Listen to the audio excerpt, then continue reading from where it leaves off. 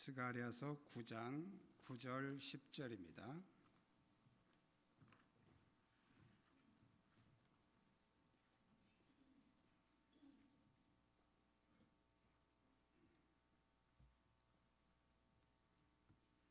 스가랴서 9장 9절 10절 두 절만 우리 다 같이 합독하시겠습니다. 시온에 따라 크게 기뻐할지어다. 예루살렘에 따라 즐거이 부를지어다. 보라, 내 왕이 내게 임하시나니 그는 공의로우시며 구원을 베푸시며 겸손하여서 나귀를 타시나니 나귀의 작은 것 곧 나귀 새끼니라. 내가 에브라임의 병거와 예루살렘의 말을 끊겠고 전쟁하는 활도 끊으리니 그가 이방 사람에게 화평을 전할 것이요 그의 통치는 바다에서 바다까지 이르고 유브라데 강에서 땅 끝까지 이르리라. 아멘.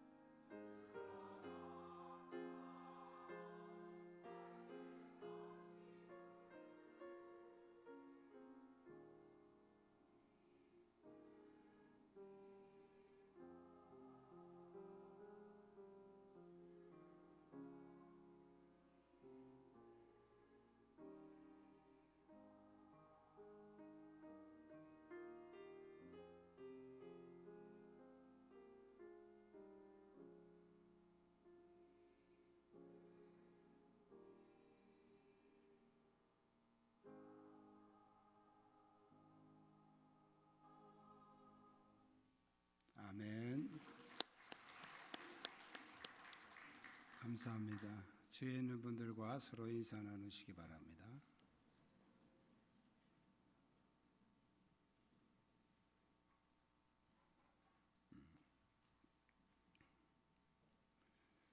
오늘은 여러분 잘 알고 계시는 대로 종려주일입니다. 예수님이 십자가를 지시기 위해서 이제 예루살렘 성으로 들어가셨는데 그 들어가신 날이 오늘입니다. 예수님이 3년 동안을 공생의 사역을 하셨는데 많은 일들을 하셨죠. 근데 사실은 오늘부터 고난주간 그리고 부활주일까지 이 한 주간의 사역이 예수님의 가장 핵심 사역입니다. 이것을 위해서 예수님이 오셨다, 이렇게 우리가 표현해도 과언이 아니죠. 보통 이렇게 한 사람이 잘못하면 그 죄를 이렇게 고발하고 또 법적 절차를 거쳐서 재판을 하고 사형을 하고 이런 과정들이 짧은 기간에 되는 게 아니에요. 그런데 예수님은 지금 왕으로 입성하셨잖아요. 왕으로 입성하셔서 요 며칠 사이에 죄인, 그것도 아주 십자가에 처형해야 할 만큼 아주 극한 죄인으로 몰려서 십자가에서 죽으셨어요.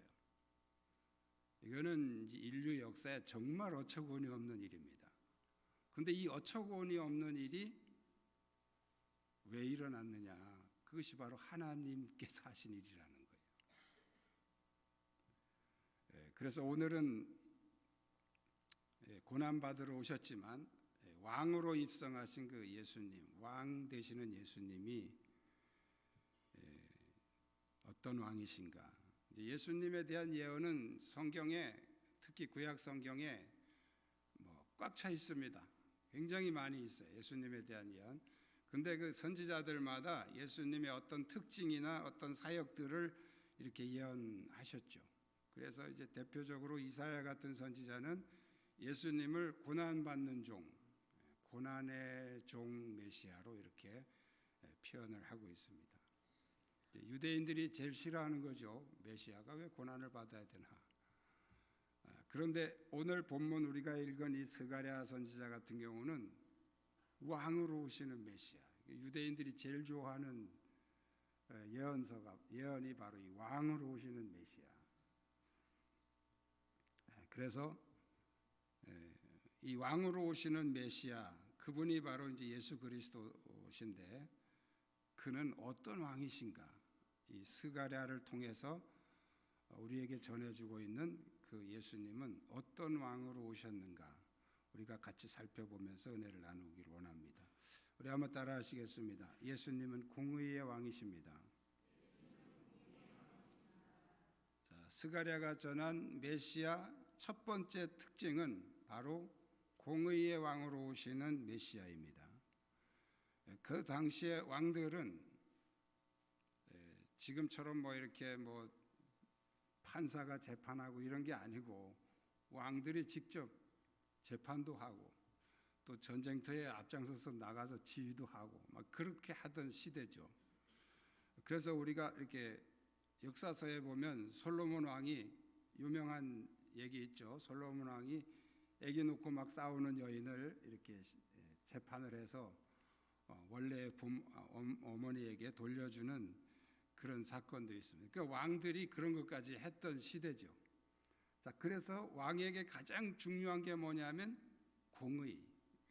공정한 재판이죠. 이 공의라는 단어를 이제 국어사전에서 찾아보니까 공평하고 의로운 도의라고 이렇게 해석을 해놨어요.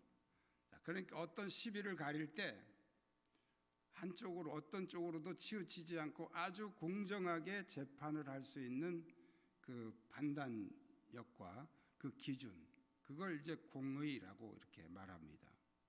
하나님께서는 율법에서도 이 공의를 행하라는 말씀을 하십니다. 그래서 뇌물을 받고 치우쳐서 재판하지 말아라. 그 다음에 가난한 사람이라고 그 사람 또 두둔해서 그렇게 치우치게 하지 말아라.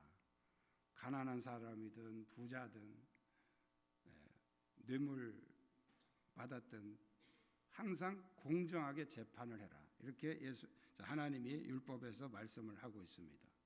그럼 하나님은 어떤 분이시냐? 하나님이 우리 인간 역사에 베푸신 최대의 공의가 바로 예수님의 십자가입니다. 할렐루야. 범죄한 인간을 인간은 죽어야 돼. 그건 하나님의 공의예요. 그런데 인간을 다 죽일 수가 없으니까 하나님이 인간을 구원하시기 위해서 예수님을 대신 죽게 하십니다. 이게 하나님의 공의. 그러니까 인간에 대한 하나님의 사랑과 인간의 죄를 대신 대체하시는 그 하나님의 공의.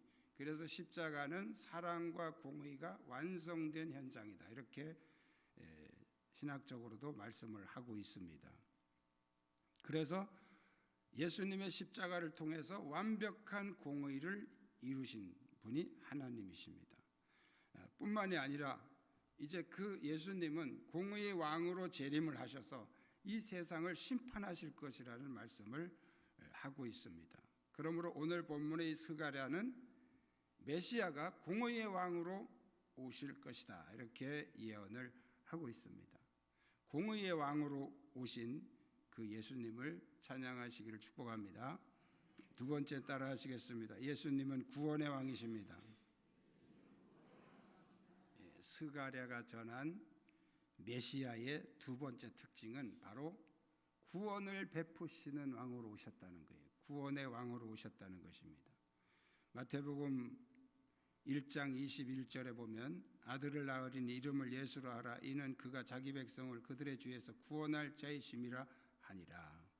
그러니까 예수님이 이 땅에 오신 가장 큰 목적은 인류 구원입니다. 구원하러 오신 거예요. 그래서 요한복음 3장 17절에 보면 하나님이 그 아들을 세상에 보내신 것은 세상을 심판하려 하심이 아니요 그로 말미암아 세상이 구원을 받게 하려 하심이라, 이렇게 말씀을 하십니다. 그리고 누가복음 19장 10절에는 예수님이 직접 이렇게 말씀하시죠. 인자가 온 것은 잃어버린 자를 찾아 구원하려 함이니라. 성경은 온통 예수 그리스도가 구원의 왕으로 오실 것을, 그리고 오셨다는 것을 증언하고 있습니다. 예수 그리스도는 구원의 왕으로 오신 것입니다. 오늘 본문의 스가랴 선지자도 이렇게 말합니다. 보라, 내 왕이 내게 임하시나니 그는 공의로우시며 구원을 베푸시며, 그는 공의의 왕으로 그리고 구원의 왕으로 오셨다. 구원을 베푸시는 구원의 왕으로 오신 예수님을 찬양하시기를 축복합니다. 세 번째는 따라 하시겠습니다. 예수님은 겸손의 왕이십니다. 스가랴가 전한 메시아의 세 번째 특징은 바로 겸손의 왕으로 오시는 메시아입니다. 스가랴는 이렇게 외칩니다. 보라, 내 왕이 내게 임하나니 그는 공의로우시며 구원을 베푸시며 겸손하여서 나귀를 타시나니 나귀의 작은 것 곧 나귀 새끼니라. 보통 영웅들이 이렇게 입성을 할 때는 말을 타고 입성을 합니다. 그런데 예수님은 나귀를 타셨습니다. 말은 아주 성격이 난폭하고 거칠고, 그래서 이 전쟁터에서 제일 유리한 게 말입니다. 옛날 전쟁이죠. 겁이 없으니까 앞에서 막 창을 던지고 막 활을 쏘고 해도 그냥 막 뛰어들어가는 게 말이에요. 겁을 상실한 동물입니다, 말은. 그래서 전쟁 때 많이 쓰고 영웅들이 그 말을 타고 이제 입성을 하죠. 근데 반대로 이 나귀는 비슷한 동물인데 이 나귀는 아주 온순하고 착합니다. 그래서 주로 농부들이 짐을 실어 나르거나 또 노약자들이 이 등에 타고 다니거나 그런 용도로 쓰는 동물이 이 나귀죠. 나귀를 타고 전쟁터에 나갔다가는 다 맞아 죽어요. 나귀는 너무 순하고 그래서 공격성이 없기 때문에. 그런데 예수님은 왕 되시는 예수님인데 나귀를 타고 오셨다. 왜 그랬느냐? 그것을 겸손해서 그랬다, 이렇게 말씀하고 있습니다. 마태복음 21장에서 보면 바로 그 어린 나귀 새끼를 타고 오시는 그 예수님에 대해서 마태는 이렇게 증언하고 있어요. 이는 선지자를 통하여 하신 말씀을 이루려 하심이라. 그러면서 오늘 본문 스가랴 9장 9절 말씀을 인용을 합니다. 바로 이 말씀을 응하려고 예수님이 어린 나귀를 타셨다는 거죠. 우리가 이 성전에서 장사꾼들을 막 내쫓으시고 호통을 치실 때 그 예수님의 모습을 보면서 겸손하다는 생각을 할 수 있을까요? 좀 이제 그 대제사장이나 이 사람들 입장에서 볼 때는 겸손하다는 생각보다는 건방지다는 생각을 할 수 있겠죠. 그런데 성경은 예수님을 겸손의 왕으로 말씀을 하고 있습니다. 자, 우리가 겸손이라는 것이 불의 앞에서도 그냥 조용히 참고 그것이 아니래요. 그것이 겸손이 아니라는 걸 예수님이 친히 보여주신 것이죠. 할렐루야. 그래서 예수님은 이 불의에 대해서 불같이 호령을 하시고 호통을 하시면서도 그러나 그의 모든 삶 전체가 겸손의 아이콘이었죠. 겸손이라고 하는 것은 바로 그런 것입니다.